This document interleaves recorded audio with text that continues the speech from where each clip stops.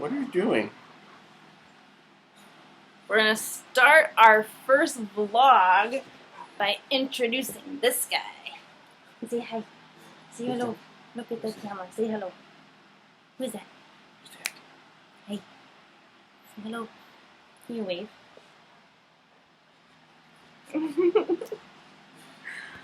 So we wanted to start a vlog series that we're going to do intermittently here and there. It's not going to be on a super regular basis. So I'm Stephanie, if you're new to the blog. And I'm Ben. I'm Stephanie's husband. Awesome husband. That's Jackson. You met our dog.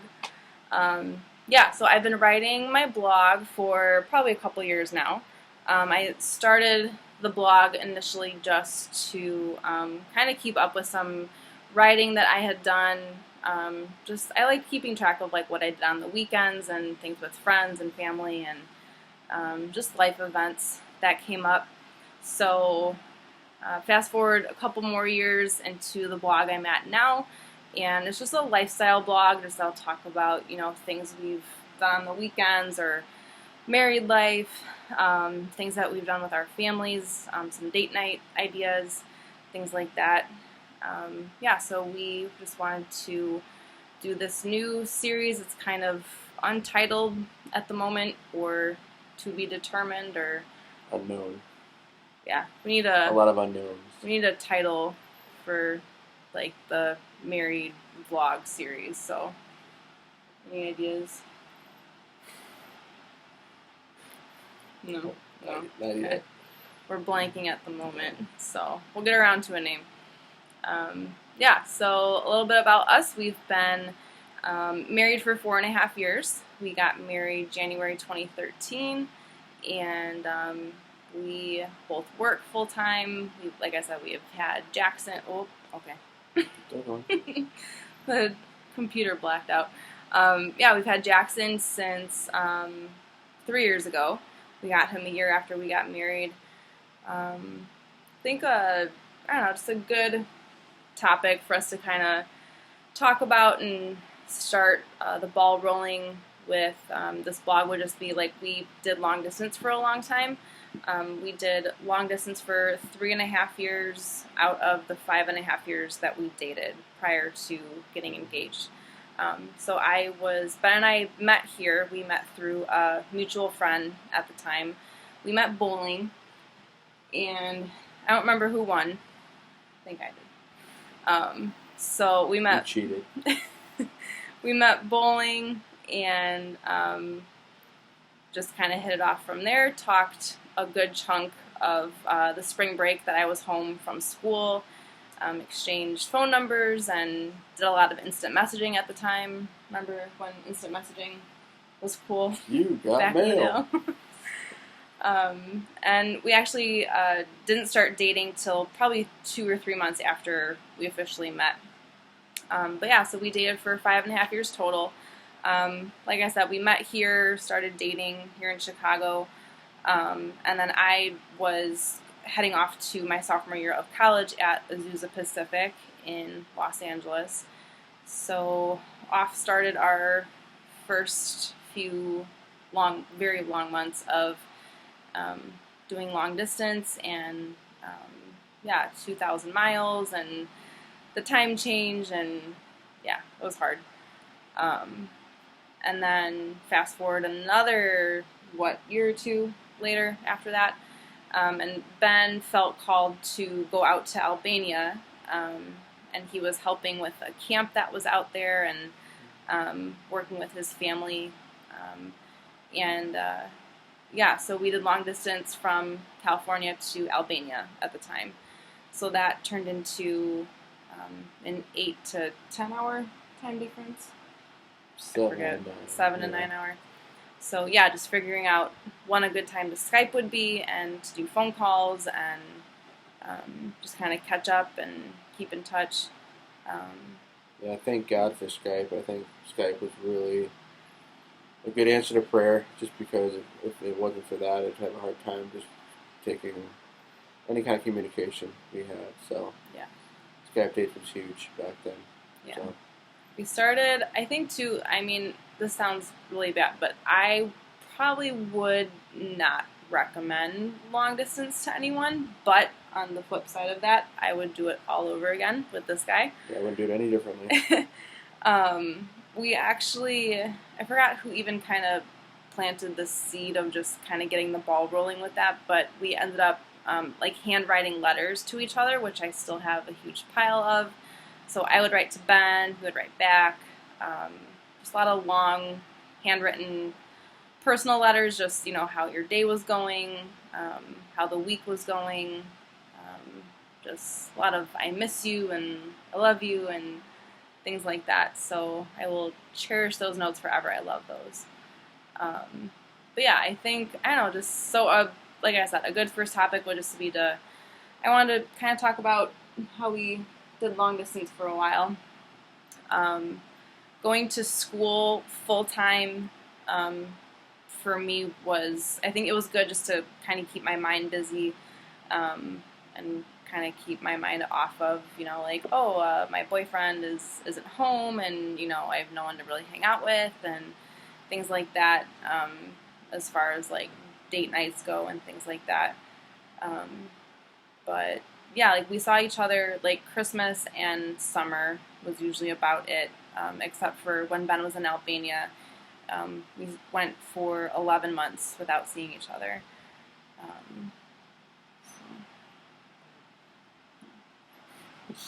What else? It's just, I mean, long distance really teaches you to appreciate your time that you have together. And when we came together, we kind of made the most of those moments. We would go downtown, spend the whole day downtown. We would do different stuff that we hadn't done that whole time that she was away, or even like for the summer that she came home, or that I came home from Albania. There was a whole bunch of stuff that we had a list of, that we had made a list of during the time that I was out there.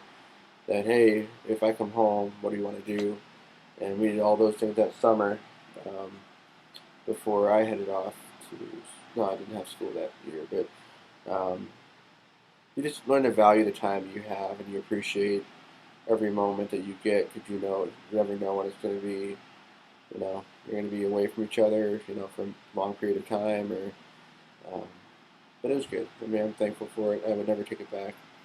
So, never have a better life partner as well. Just to think that she would be able to stick with me through it all.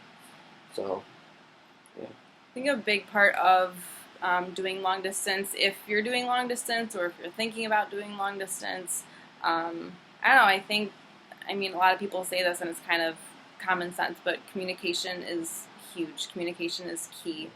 I think trust was another one. It kind of sounds cliche, but Ben and I had previous relationships that just either kind of fizzled and didn't work out or weren't something long term that we saw moving forward. So kind of having a break or having just some time in between those relationships and then entering this relationship with each other, we kind of had a better head on our shoulders of what we were looking for and what we wanted long term and or in a potential future spouse. So yeah. I think the fact that we were both in that stage of, okay, what next? We're looking for something that we really want to invest in. Because I know when we first started dating, when she went back to school, we were kind of thinking, well, if we're not, all in, is it really worth it to stay together? Is it really worth it to bear through all that? And obviously, we were both in a period of our lives where we thought, yes, we were 100% in, all in. We had some rough patches, but the fact that we communicated, the fact that we knew that we could trust each other, the fact that we knew, hey, I'm going to meet you on Skype at this time, we were both there, or else if we message each other, that really helped. We're in a day and age now where the technology allows us to have communication, and there's no excuse for it to not have it. So I'm just thankful for that, and just being able to be a part of that. And again, I'll reiterate this as well. Thank God for it, just because I think with the strength and endurance that we had to have some sort of help with that. And obviously, God gives you the strength and endurance to move through anything, as long as you ask Him with the right heart. And I think Steph and I really felt like we were in the right place, that we were willing to give it all just to continue this. And so yeah, I mean, obviously, long distance is great, to an extent. I mean, it's not amazing to I wish you would go away, but it's like an amazing thing where, you know, it makes you stronger. You build a stronger part. It's like working out a different part of your body that you don't normally work out. It's like the muscles that you don't really know that are there. So the fact that we were away, we had to work on our communication skills rather than, hey, you're right next to me. I take that for granted most of the time. Um, so yeah. That's a cute analogy. I like that. All four analogies. So Yeah. Cool. Mm-hmm.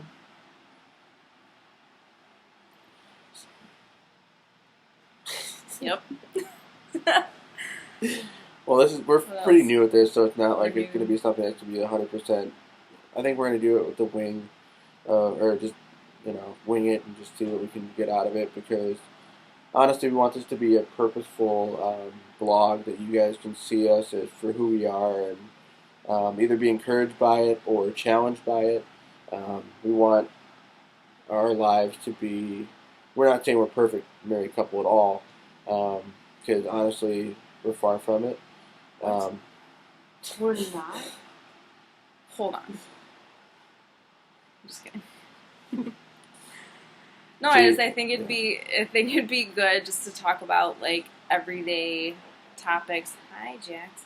I think it'd be good to talk about everyday topics that married couples have. So I don't know. I have a kind of a list of topics that we'll go through or that we'll discuss. Like I said, intermittently or when we get around to filming. So yeah, I think just the little tidbit of long distance dating was a good start. yeah.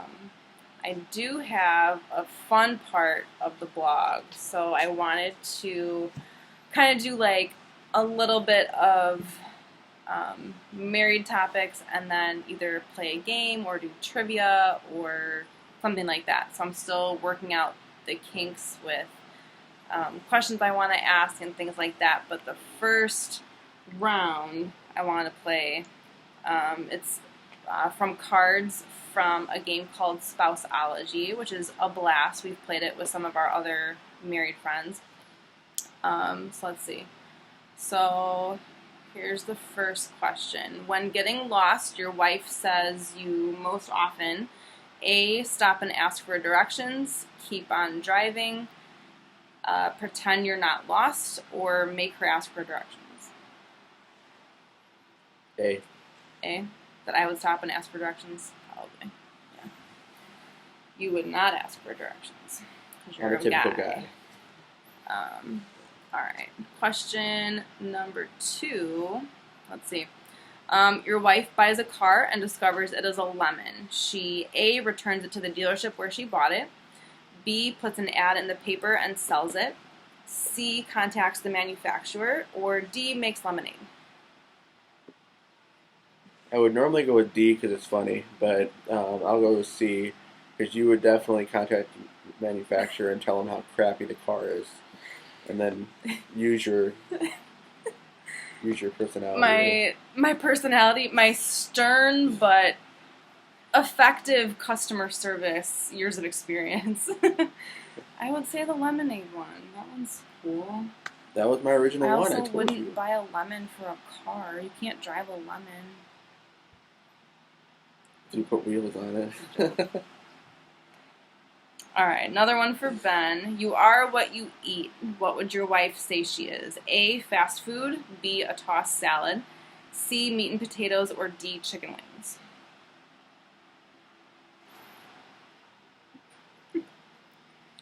For as long as I've known you, it's definitely fast food. It's not tossed salad. It's not What fast food? Taco Bell. See Love Taco that Bell. right there.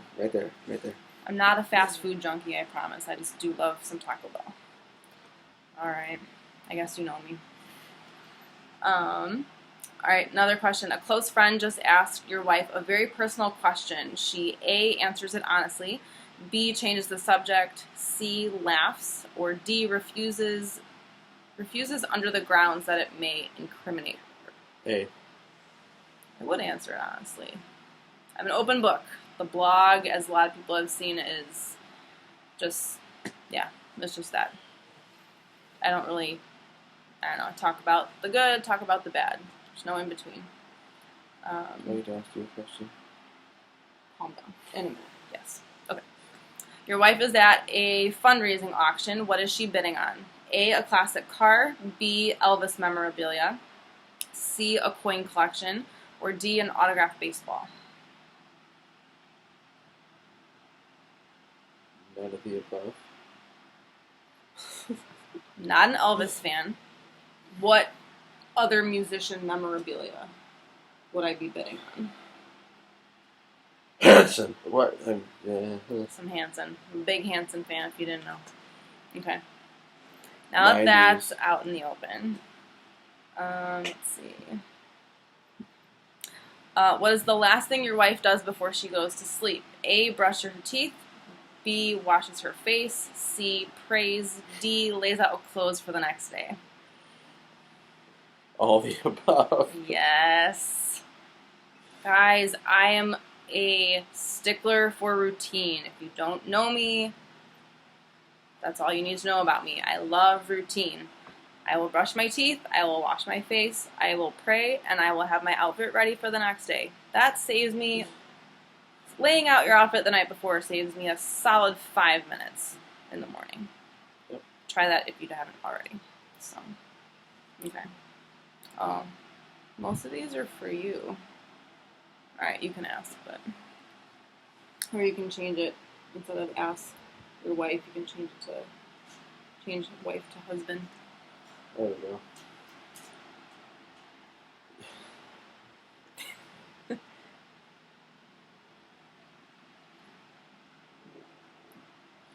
What would you say your husband? What would your husband say is your worst sleeping habit? Talking in your sleep,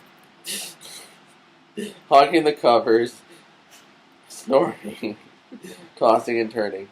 3 out of 4. I do not snore. I totally hog the covers. She did not deny talking in her sleep. Ben has said multiple times that I talk in my sleep, and the next morning he's like, "Do you remember having a conversation with me?" And I say, "No." I'm like, what were we talking about? And he's like, "Well, I don't know, you were just mumbling." I'm like, have you been able to hold like a genuine back and forth conversation with me? And he's like, "Yes." Intentionally, I would know that she's sleeping and try to That is see if she terrifying have a that I'm conversation. unconscious, completely knocked out, and able to hold a conversation with somebody. I don't sleepwalk, I sleep talk, so that's fine. Which of these holidays would your husband say is his favorite? Christmas, Thanksgiving, New Year's Eve and Day, and Easter. Christmas / Easter. No. Thanksgiving. Why? Think about it. Because you're thankful. Got it. Thankful every day. Thanksgiving football. What else is huge on Thanksgiving? Food. Bingo. Bingo, bingo. Alright, I got that one wrong. Now I know. 2 months from now, when it's Thanksgiving, gotta let Ben have his football and his food. Because that's his holiday, apparently. Last question. If your husband were to count the pennies in your purse, how many would he find? A few. You use them as fast as you can. A few more, enough to need a coin purse. A lot, several ounces worth. Or the mother lode. You're rich. You're rich. I'd say a few. Like, the majority of the coin purse that's, part of my wallet, the majority of the coins are pennies. but they kind of just sit there, and I don't really use them because I never have cash on. I feel like pennies are obsolete, or becoming obsolete. They're not really being used as much anymore. So Yeah, this is true. We aren't done. There's like a ton more questions. Yeah. Yeah. We promised our blogs are not going to be 20 minutes long, but we just wanted to We get got a ton more. Let's see. Hang on. We'll find one more. One more fun one. Hang on.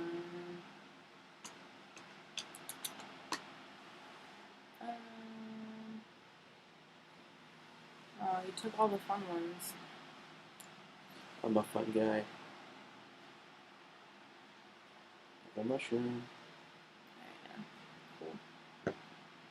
Well, I think that's it for now. Thanks for playing a short version of Spouseology with us. We will have another game next round and a new topic next round. So, yeah, we'll see how the series goes.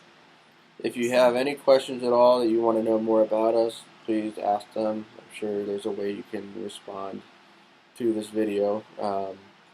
We are more than happy to have any suggestions or questions about who we are as a couple and who we are individuals. Yeah. Suggestions about us as a couple. Yeah, just anytime you want to mold us and make us into who we want to be, and so for now we bid you adieu.